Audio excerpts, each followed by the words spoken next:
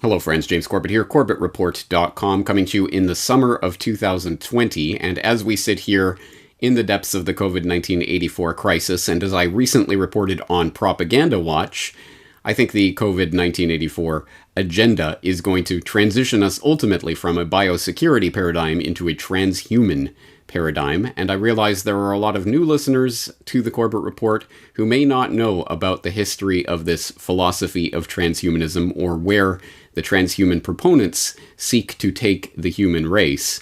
So in order to fill in any gaps in that knowledge, I'm re-releasing this old podcast from 2008, but one that I think is, if not as relevant as ever, perhaps even more so, as it goes through the history of this ideology, where the philosophy comes from, and what it aims at. So I hope you will take this opportunity to refresh your knowledge or to acquaint yourself for the first time with transhumanism in greater depth. Obviously, as this takes on more and more of a headline news flavor, as the Neuralink brain chip and other such things are introduced to the public, I think this is a topic we will have to revisit and re-revisit. But this should be a good primer for people who are just dipping their toes into this water. As always, the show notes will be at CorbettReport.com. Just follow the links and enjoy this blast from the past. Sometimes I dream of living forever, to never die, not unless I wanted to. Actually, I dream I could just know everything, to have super intelligence. And in the age of accelerating technologies in which we extend the cognitive reach of our minds, the perimeters of our humanness with these extensions of self, these exoskeletons, these technological scaffoldings, the wings of our aircrafts and the signals traveling through our smartphones, sending our thoughts electrified at the speed of light across oceans of sky. We redefine and extend what it means to be human. To focus on the technologies of the future: nanotechnology, biotechnology, information technology, cognitive technology, genetics, and robotics. Doing so will allow us to find new sources of energy, create fundamentally new architecture and transportation, allow unprecedented developments of human cognitive abilities, refine artificial intelligences and brain-computer interfaces, simulate complex systems, create humanoid robots and cyborgs, and with the help of nanorobots, we may develop manageable matter. Find ways to transfer one's personality to an artificial carrier. Welcome to episode 57 of the Corbett Report, Transhumanism and You. So what exactly is this revolutionary transhumanist philosophy that has the YouTube commentators in a sweaty-palmed tizzy? It certainly does sound pie in the sky to be talking about ending death, ending disease, ending stupidity, ending basically everything we've come to know as the human condition by recourse to technological development. But rest assured, this is not science fiction. This is in fact a very real movement. And you can find the World Transhumanist Association at transhumanism.org. The tagline for the website is, "For the ethical use of technology to extend human capabilities." And I read from the Transhumanist Declaration that can be found on transhumanism.org. The Transhumanist Declaration, quote, 1. Humanity will be radically changed by technology in the future. We foresee the feasibility of redesigning the human condition, including such parameters as the inevitability of aging, limitations on human and artificial intellects, unchosen psychology, suffering, and our confinement to the planet Earth. 2. Systematic research should be put into understanding these coming developments and their long-term consequences. 3. Transhumanists think that by being generally open and embracing of new technology, we have a better chance of turning it to our advantage than if we try to ban or prohibit it. 4. Transhumanists advocate the moral right for those who so wish to use technology to extend their mental and physical, including reproductive, capacities, and to improve their control over their own lives. We seek personal growth beyond our current biological limitations. 5. In planning for the future, it is mandatory to take into account the prospect of dramatic progress in technological capabilities. It would be tragic if the potential benefits failed to materialize because of technophobia and unnecessary prohibitions. On the other hand, it would also be tragic if intelligent life went extinct because of some disaster or war involving advanced technologies. 6. We need to create forums where people can rationally debate what needs to be done and a social order where responsible decisions can be implemented. 7. Transhumanism advocates the well-being of all sentience, whether in artificial intellects, humans, post-humans, or non-human animals, and encompasses many principles of modern humanism. Transhumanism does not support any particular party, politician, or political platform. End quote. Now, granted, all of this seems quite reasonable, and it would be difficult to argue with any of those particular points. Of course, technology is advancing at an ever-increasing rate. The acceleration of the change of technology is itself increasing, and we are not likely to stop technological innovation by wishing the world would simply slow down. So it does seem that we need to take some sort of philosophical stance on the issue of technological development, especially in this age of genetic research, biological research, and our increasing understanding of neurology. Of course, it's always important to take a look at where a philosophical movement derives its roots. So let's go back to the person who coined the term transhumanism. That is, of course, Julian Huxley. You can actually read the essay in which Julian Huxley coined the term transhumanism from his collection, In New Bottles for New Wine, which is reprinted on the transhumanism.org website. In that essay, Huxley writes, quote, that quality of people, not mere quantity, is what we must aim at, and therefore that a concerted policy is required to prevent the present flood of population increase from wrecking all our hopes for a better world. End quote. Now, if that rhetoric seems familiar, that must mean that you're paying attention, because of course, this is the very rhetoric that we have covered in previous episodes of the Corbett Report, including, of course, episode 17 on the myth of overpopulation.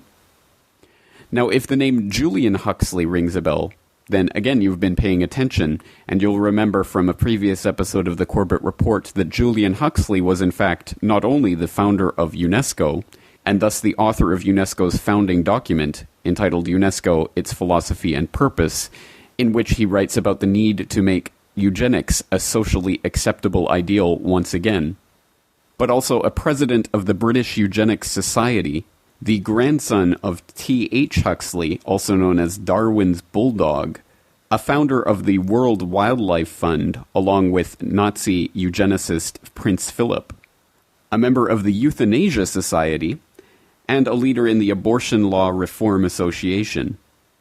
Julian Huxley was also the brother of Aldous Huxley, the author of Brave New World, who gave a speech at Berkeley in 1962 in which he talked about technology being developed at that time in the 1960s to control the masses through their brain chemistry.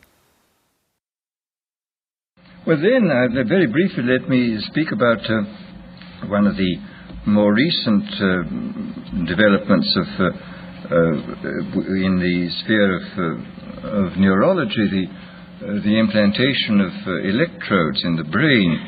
This, of course, has been done on a large scale in animals, and in a few cases it's been done in cases of the hopelessly insane. And it is, anybody who's watched the behavior of rats with electrodes planted in different centers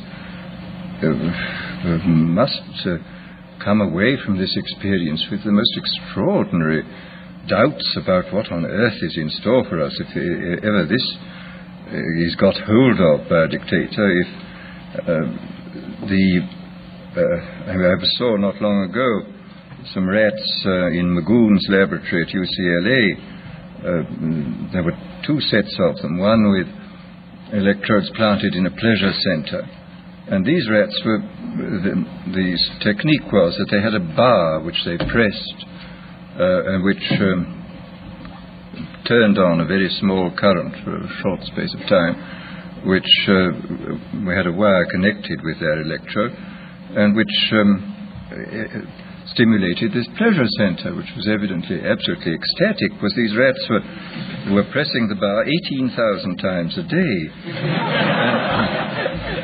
Apparently, if you kept them from pressing the bar for a day, they would press the bar 36,000 times on the following day, and would fall till they fell down in complete exhaustion. And they would neither eat nor be interested in the opposite sex, and would just go on pressing this bar.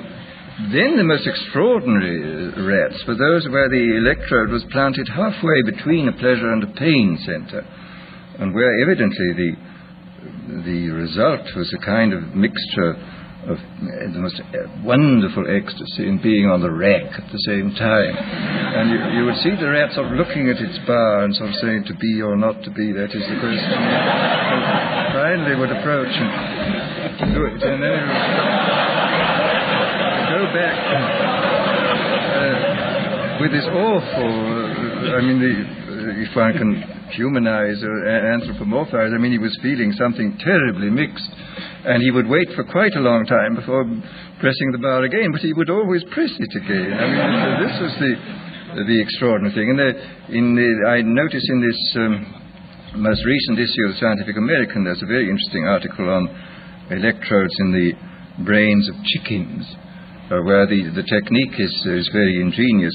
You sink into their brains a little socket with a screw on it, and the electrode then can be screwed deeper and deeper into the brain stem, and you can test at any moment, according to the depth it goes in fractions of a millimeter, of what you're stimulating. And these creatures are not merely stimulated by wire.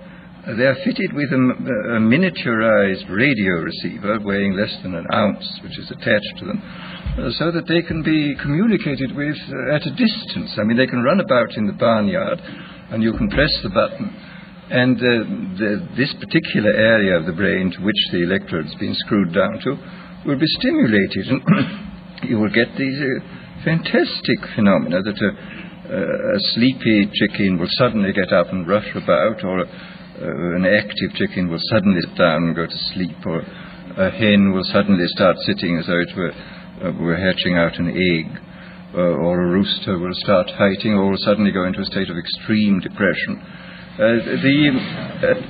The whole picture of the absolute control of the drives is terrifying.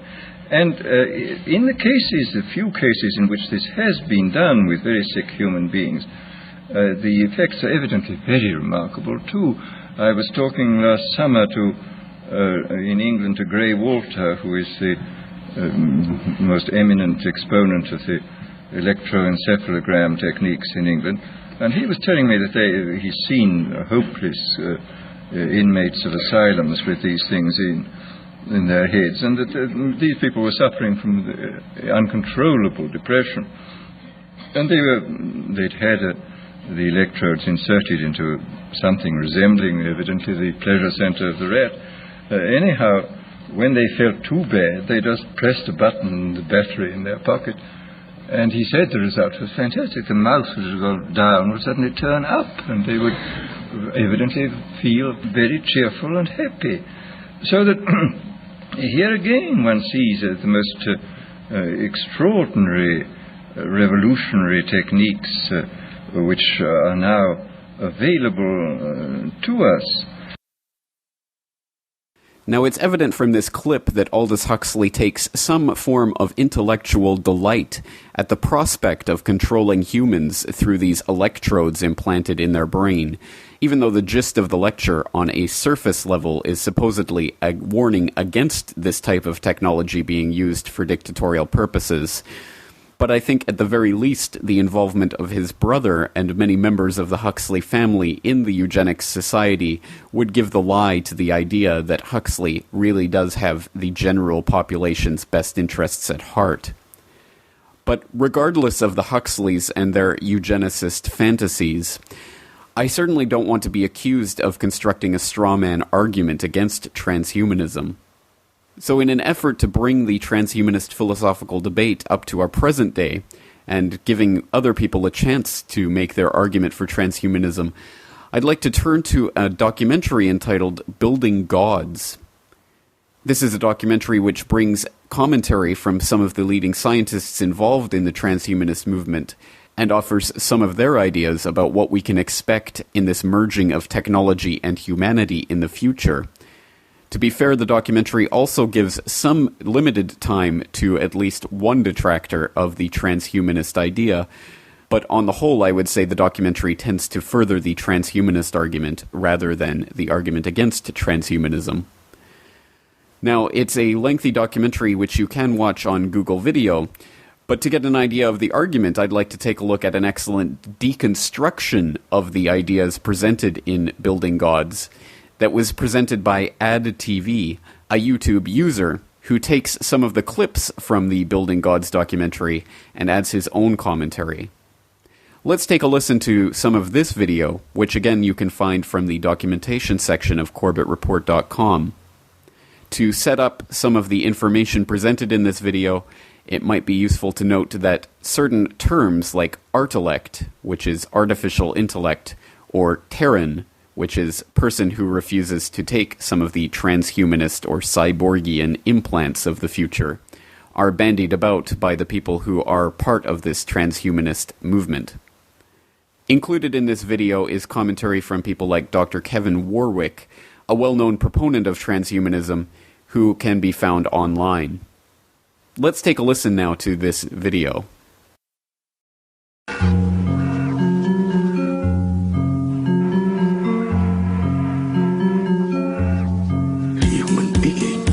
Transhumanism is a movement which advocates the use of emerging technologies to enhance and guide human evolution. The movement itself is public relations. It's a marketing campaign. Its job is to acclimate the public to ideas such as implantable microchips. Now, if you remember, not too long ago, even the existence of implantable microchips was a crazy idea. I mean, these things were unheard of. This is the realm of conspiracy theory. But now let's take a look at the scientists who are developing these technologies that the transhumanists so lovingly talk about. In 2002, the implant that I had then was positioned in my nervous system here. Alright, at this point we've accepted the fact that Dr. Warwick put an implant himself back in 2002. Now let's move on to some more heavy stuff, like the relationship between artificial intelligence machines and humans. Now we all know what happened in the movie Terminator. How do we get around such a problem? They say, well, perhaps we could avoid this issue by having human beings themselves become artellects. In practice, that would mean like adding components to your head, more chips on top of chips, sort of thing. Now wait a minute, I didn't even want to get an implantable microchip in the first place. Now we're talking about brain chips, putting a chip in my actual brain. You can't tell me that people are actually going to want to do this. A lot of people who do want to upgrade themselves, no question about that. And there'll be commercial interests and political interests supporting those groups. There's a lot of money to be made here, a lot of power. I'm not even satisfied with the power structures that are present in this world right now, let alone giving the power of my brain away to somebody. And did you notice the buzzword you used in there, upgrade? As if you're going to be better if you do this? I mean, imagine you're a Terran and your next door neighbor starts going cyborgy, right? Starts adding components, and then suddenly the person next door is capable of learning a human language in just like, in seconds. And this, of course, is the old marketing trick of snob appeal. But this time, your neighbor hasn't bought a new riding mower. He's added a brain chip to his head which allows him to think in ways that you can't even imagine. He's become a super intelligent cyborg. At this point, transhumanism tries to sell you on the concept of abandoning humanity altogether. They want you to become what is known as a post-human, Otherwise, you're not going to be able to keep up in the new society. But I think when implants become more acceptable, as they are becoming bit by bit, so such people, the humanists that want to stay human, the Terrans maybe, as Hugo would call them, I can't see them ultimately having much power, because at the end of the day, their intellectual capabilities will be so inferior to cyborgs, those that have implants and upgrades, that the cyborgs will be able to outthink the subspecies that still are human. Ah, so humans are a subspecies now. Can anybody see where this is going? Perhaps you remember Adolf Hitler and his concept of the Übermensch, or the Superman. These guys have a serious God complex. They are sick individuals. But you are even sicker if you choose to follow them. So imagine a young woman, she's just given birth, and then she needs to make the decision. Is she going to have her baby modified? Is she going to turn that baby into a cyborg, or effectively an artellect? So say she decides to do that. So this, hypothetically, this grain of sand, in a sense, that's been nanoteched, is inserted into the human brain, that baby's brain, and it integrates itself into the brain. So that baby, in effect, is no longer human. So that woman, in a sense, has killed her baby. Killed in the sense the baby's no longer human. It's effectively an artellect. It's an artellect in human disguise. Okay, first hydrogen bombs and now killing babies. This is the kind of expert I should be listening to. Now let's see what Dr. Warwick says about anybody who has the audacity to actually resist this.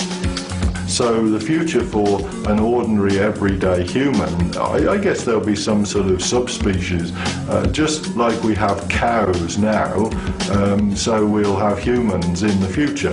There'll be other creatures, other species, cyborgs, intelligent machines, that are the dominant life forms on Earth. And as a cyborg, if a human came to see me and it starts making silly noises, a bit like a cow does now. If a cow comes to me and says, moo, moo, moo, I'm not going to say, yeah, that's a great idea, I'm going to do what you tell me.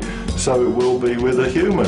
They'll come in and start making these silly noises that we call speech and human language and so on. And these trivial noises, I'm not going to do those silly things. Why should I? This creature's absolutely stupid in comparison to me.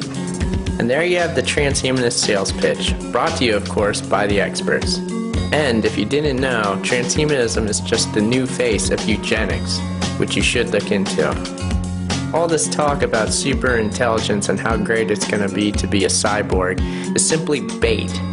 This is an advertisement. Don't believe it for 1 second. This time, your brain is the product, and how can you possibly put a price on that? The fact of the matter is, you don't get to program the brain chip, so how do you know what it does? The general public hasn't been made aware of the transhumanist movement yet, but it's my contention that the mass marketing of this movement will happen in the near future. Consider this video a forewarning. The transhumanists also push the concept of downloading consciousness into a computer. This makes the concept of the movie The Matrix a reality. I'm not even going to try to explain the reasons why that's a bad idea. Let's just hear what Dr. Warwick has to say about it. Then if a machine is passing down signals that keep you completely happy, then why not be part of the Matrix? I really do think Neo in the Matrix trying to destroy things, he's a bit of a party pooper, and life for humans in a Matrix could be really cool.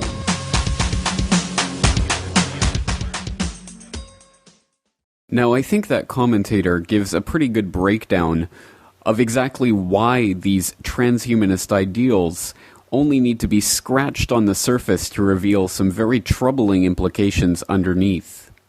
It's important to note that this debate is taking place in scientific circles, and is a rather lively one these days, with some really incredible stories coming out on both sides of the debate.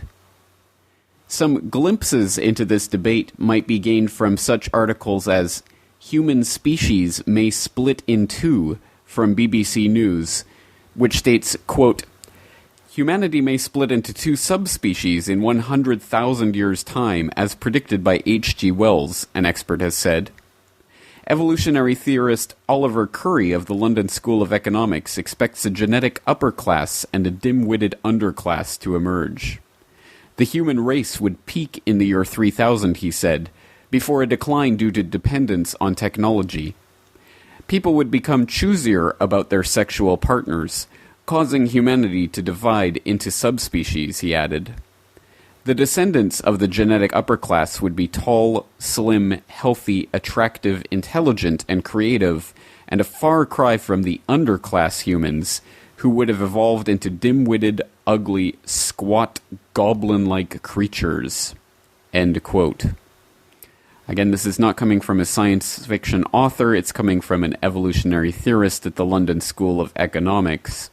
And in fact, this debate in particular has been one of particular interest in genetic circles of late, with prominent Princeton geneticists like Lee Silver making very similar predictions about the splitting of the human race into two, namely the gen-rich, who can afford to get the upgrades and the designer babies, and the gen-poor, who of course will not be able to take part in this transhumanist evolutionary process, and thus will be left far behind.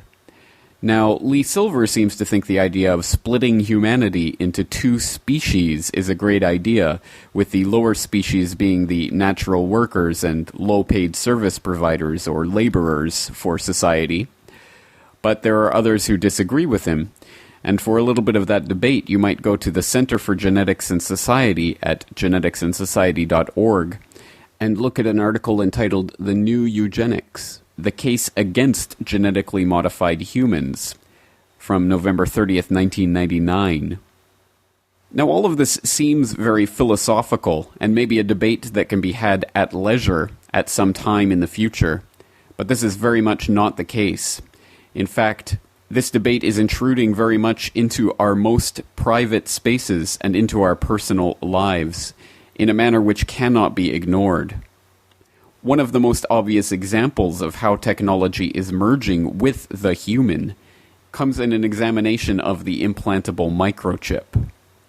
One good place to start in interrogating this idea of merging technology and humanity in a very physical sense is to take a look at a story like this one from Newsmax.com from August 21st, 2006, entitled Implanted Chips in Our Troops. This article reads in part, quote, "A Florida company wants to get under the skin of 1.4 million U.S. servicemen and women. Verichip Corp., based in Delray Beach, Florida, and described by the DC Examiner as one of the most aggressive marketers of radio frequency identification chips, is hoping to convince the Pentagon to allow them to insert the chips, known as RFID, radio frequency identification chips, under the skin of the right arms of U.S. servicemen and servicewomen to enable them to scan an arm and obtain that person's identity and medical history. The chips would replace the legendary metal dog tags that have been worn by U.S. military personnel since 1906. The device is usually implanted above the triceps area of an individual's right arm, but can also be implanted in the hand if scanned at the proper frequency. The Verichip responds with a unique 16-digit number, which can correlate the user to information stored on a database for identity verification, medical records access, and other uses. The insertion procedure is performed under local anesthetic, and once inserted, it is invisible to the naked eye." End quote. Again, it's important to note that this technology is not theoretical, it is very much here, and in fact was even being discussed back in 2005. Feds to fund controversial school surveillance. Hundreds of school districts have it, but now it's going to go to what is it called here? Non-cooperative forms, face scanning and tracker chips. You see? And here's one. TiVo files patent for RFID video recorder based on implant chip. And where's it from? Information Week, industry publication. And it says you'll have an implanted chip. It's actually in the article. An implanted chip in you, and oh, it's your personal TiVo. It knows what you want. I remember I used to tell people that their Scientific Atlantic cable boxes have a microphone in them, number one, that engineers at local cable companies have told me is used by the government to listen to you. Okay? So I don't want to get a mean email from the local cable company, some employee going, "You're full of it. I work there. We're good." Yeah, you answer the phone. You're compartmentalized. I didn't say you were bad. The engineer telling me this wasn't bad 5 years ago. But TiVo is a separate DVR recording system, as many of you know. Records what you want. Fine. Remember, they go, "We have these statistics, 2.4 million people rewound and replay Janet Jackson's breast incident." And then the Chicago Tribune went, some normal person there went, "How do you know they did that?" "Well, we track everything you do and build psychological algorithms and sell the data." And the Chicago Tribune goes, "Oh, really? You do, huh?" Now, we already knew that. Not because I'm some genius. It's in industry publications. It says right here you're going to have a chip implanted in you. And if you want the new model of this coming out in a few years, you'll just have to have a chip. It says chip in the body. Information Week, off TiVo's press release. Chip in the body to watch TV. I'm sick of it. We're not radical here on this show. Andy Rooney gets up on TV and says, "I better take a chip to prove I'm good." That piece of trash, Sean Hannity, gets up and says it. And the guy you just saw earlier, Pat Robertson, "Oh, I think I'm implantable chips okay." Oh, in a past show, "Oh, I think everything's all right."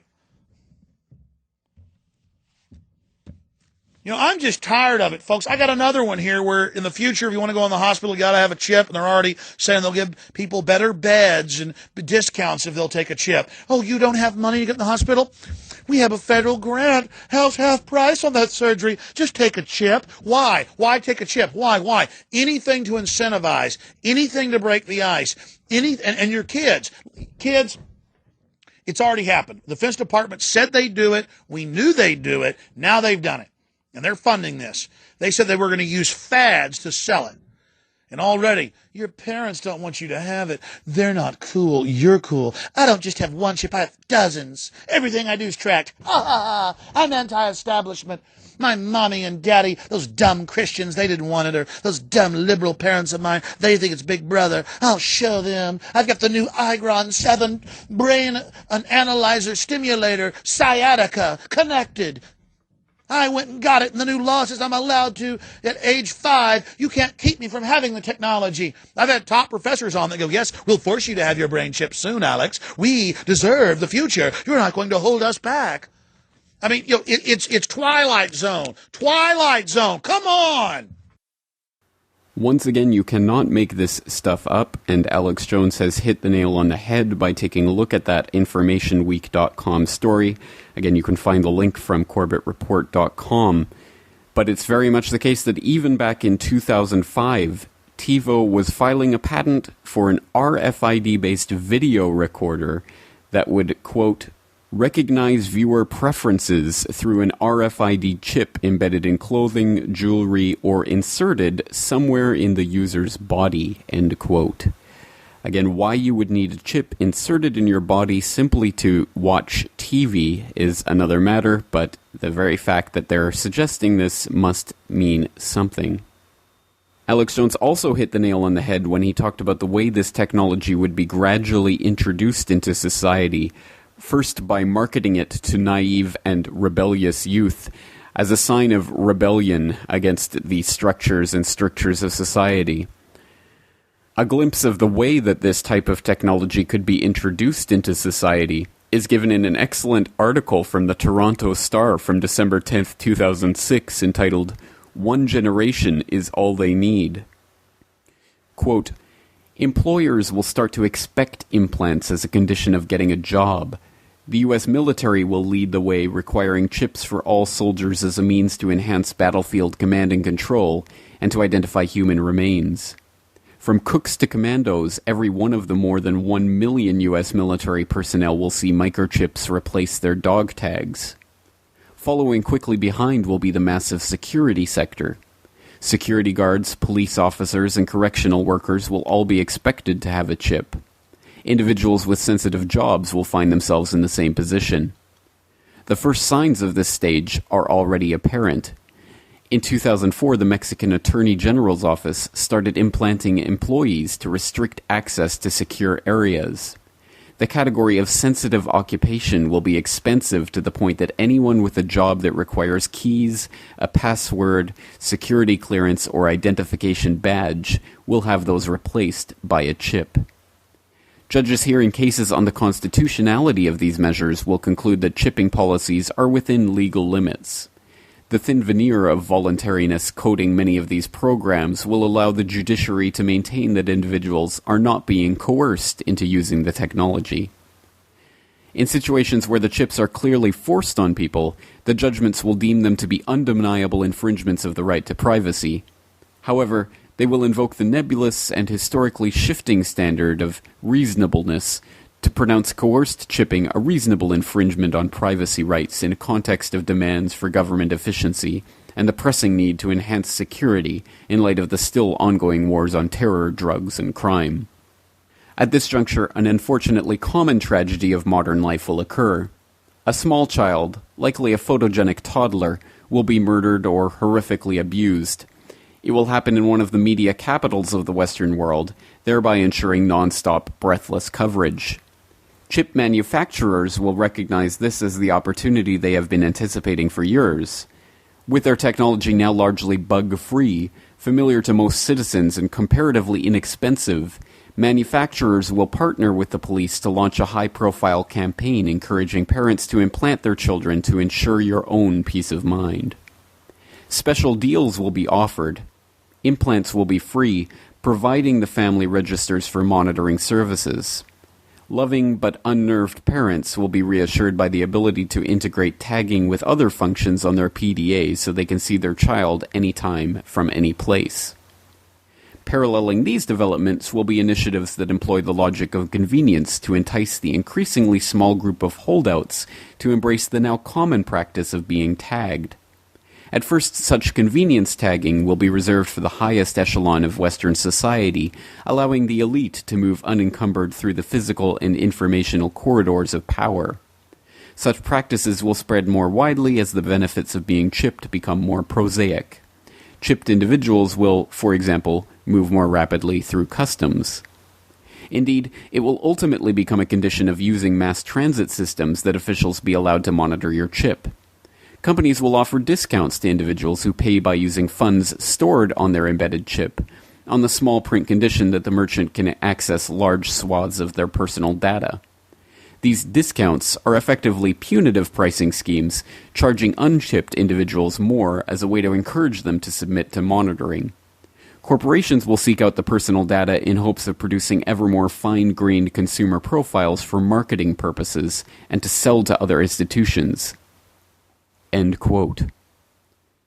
Now that lengthy and detailed article gives a very good breakdown of exactly the stages that will be used to introduce this type of technology to society and to make it the accepted norm.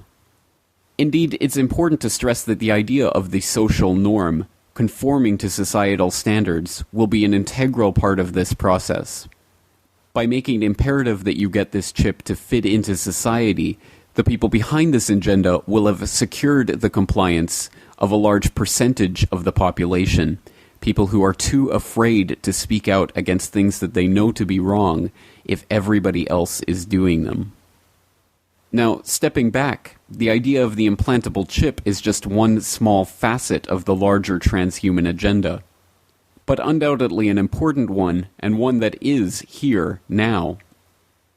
Other logical extensions of this type of technology and furthering of the transhuman agenda, of course, include the brain chip, which again is not science fiction, but something being developed by DARPA, a branch of the U.S. Department of Defense, which I think it is in my listeners' best interest to investigate more into, and documents relating to that can be garnered from the documentation section of today's episode.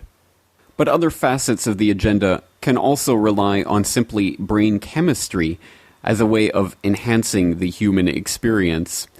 And another troubling aspect of that comes from a Daily Mail article from the 19th of September 2008, headlined "School Children Could Be Given Smart Drugs in a Bid to Boost Brain Power." I won't read that article right now, but if you want to listen to an excellent breakdown of that article, I suggest you go to cuttingthroughthematrix.com and check out the September 22nd, 2008 edition of Cutting Through the Matrix from the Republic Broadcasting Network. That show is hosted by Alan Watt, a researcher who has appeared before on the Corbett Report. It just so happens that after that very story, in which Alan Watt begins to get into some of the aspects of transhumanism, I was the first caller which he spoke to in that episode of Cutting Through the Matrix. And I had the opportunity to ask him about the transhuman agenda and what can be done about the direction in which society is heading. Yes, on your program in the past, you've promoted the idea that the elite agenda for humanity is unfolding and we can't hope to stop that agenda, only change its course. And I think transhumanism is one example of that, because as we know, you can't put the scientific research genie back in the bottle. Scientists are still going to keep working on their brain chips and all the rest of it. What then is your idea for derailing or changing the course of this transhumanist agenda? Is there any way we can effectively commandeer such a movement or throw it off course? What they've been aiming at primarily are the minds of the up-and-coming children who watch all the science fiction movies that are churned out, even cartoons. They're hooked on them. Every hero has special implants that gives them special abilities, and they really believe that they'll be given this themselves one day, and so they're for it. So we have to really, it's the communication between parents and adults and children that's been severed. And that's the only way you could really knock this off course, is if the children know some of their history, some of the history about what's been done to the general public over the centuries, and also the mindset of the elite and what happened and the dirty tricks they have done on their own population done through the centuries, and also to educate them as to the real reasons these big corporations are working in particular directions. You understand that all research and development is run on grants. They don't pick the direction they want to go in. They're told where to do the research by the big foundations that fund them. And when you see the pattern of funding, direct funding towards specific agendas, then you know that that is the future that has been agreed upon to be brought into the world by big foundations, big think tanks, very rich people, very old families. That's who directs all of the research and development that goes on today. You can't go into research and development without getting millions to back you, millions of dollars, and doors opened for you too, to allow you to continue in that research. So therefore, that should be a red flag right away. The elite have always had the one problem of how to control an efficient public. And this is where it's all going towards. At the Loyola meeting they had a few years ago at Loyola University, the World Science Organization that was headed by Newt Gingrich, he opened it up. He talked about the brain chip. And in fact, it was a scientist from Japan who gave the main speech, and he said, this new world we're bringing in will have people across the planet all connected to centralized computers that will program them. He said, you will have no quietness in your head. You'll hear the whispers of commands being issued to those around you and from those people back to the central computer. And he said no one will be able to think of themselves as a distinct, separate individual anymore. He said, think of it more like the beehive. That's the term he used. This is the world they're going to bring in, but they also want to bring in new types of efficient, purpose-made, ideal design. The other meaning of ID is ideal design. So they'll have ideal designed humans for specific tasks, exactly as Plato talked about 2,300 years ago. For my full conversation with Alan Watt, please go to CorbettReport.com and you'll find it under the Interviews tab. Alan Watt made several important points in that answer to my question, but if I may summarize his answer, It is that the key is to informing others of the larger agenda behind the transhumanist philosophy. Of course, these technologies are not coming out of nowhere. They are being funded by large organizations for a very specific purpose. And it is our point to draw the attention of those who are receptive to this philosophy to those larger organizations. Once again, we come back to the fundamental philosophy of eugenics, which explains what the transhuman agenda is really about. For another excellent dissection of eugenics and how it relates to transhumanism, I'll put a link to an excellent article from Daniel Taylor of oldthinkernews.com from August of last year, up in the documentation section of today's episode. I suggest you check out that article as well as other articles on eugenics from oldthinkernews.com and look for future articles on this subject from that website in the future. Of course, technology is a double-edged sword and does promise incredible wonders, the likes of which seem like fantasy and science fiction to us right now. But it's also important to keep in mind that technology always filters down from the very top. The elites who control the money, which controls the grants, which controls the development of new technologies. And new technologies, of course, are always developed for military applications first, and the military always gets first dibs on whatever technology is available at the time. We have no way of knowing what technologies are here right now, being developed and being implemented by the Department of Defense and others. But we know that this technology will be used in the war for full-spectrum dominance, which has been declared by the Pentagon. And we know that that war is a war against us all.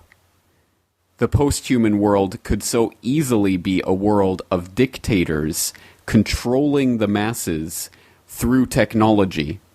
It is that vision of society that we have to work against. Not technology itself, but the very societal structures which will permit such a society to come into existence.